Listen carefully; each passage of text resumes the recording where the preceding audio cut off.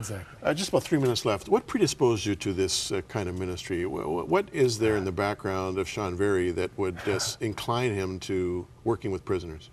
I've got to say, in my early days with this Salvation Army, I was involved with Woodruff Temple. We started a bus ministry. I loved working with underprivileged children, even as a teenager myself. And I felt God's call in my life that way. And when I finished my first degree, Major Fred Mills, a real hero in the gospel for me, he said, "Shawn, will you take your guitar and play for me in a service?" And I thought, I would do anything for you, Fred. I'd go anywhere. And of course, we went off. We were driving out in the middle of nowhere. I'm thinking, there are no churches out here.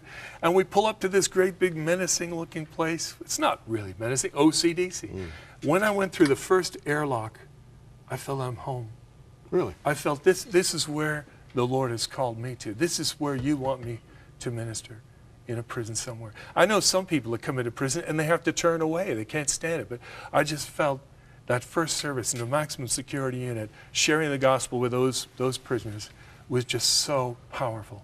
Do you have any sense of or any inclination to going beyond your present circumstance as it relates to prisons around the world that are in some cases like hell on earth? Yes. You know, 30 and 40 prisoners in one cell without proper sanitation, without proper ventilation. It's just a horrible, horrible existence. Do you have any vision for that? I have a big vision for that. My vision is this. I have a very simple vision. Wherever I am, wherever I go, I try at all times to be a witness for Jesus Christ, but especially with prisoners. If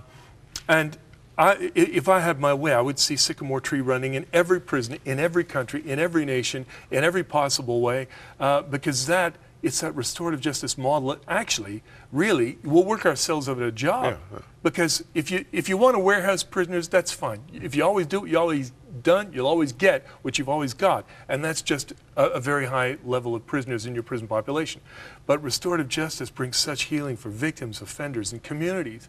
And so, yeah, I'd go anywhere and tell prisoners anywhere in any prison about Jesus and about his wonderful restorative justice. Because I think that any justice minister of any government anywhere in the world would say his #1 concern is seeing those prisoners out and integrated in society and not back in the system. Yes. But everybody seems to be absolutely stonewalled by the grim reality that recidivism is just simply a fact of life.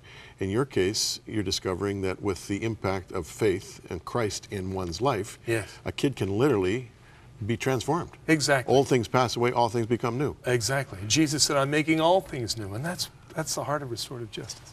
Well, Shawn Verhey has really proven in his own life and experience the reality of old things passing away and all things becoming new, friends. And once again, as I did the last time Shawn was with us, I want to encourage you to think in terms of how you can impact some of the prisons in your area.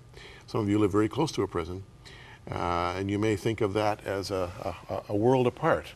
Well, until you get involved, it will be a world apart. You, your church, members in your church can in some small way begin to reach out to these men and women and really make a difference. And Shawn Verhey is a great example of the fact that restorative justice, hands and feet of Jesus, really works. Thanks for coming away, Shawn. Thank you. Bless you, Jim. We'll be back after this.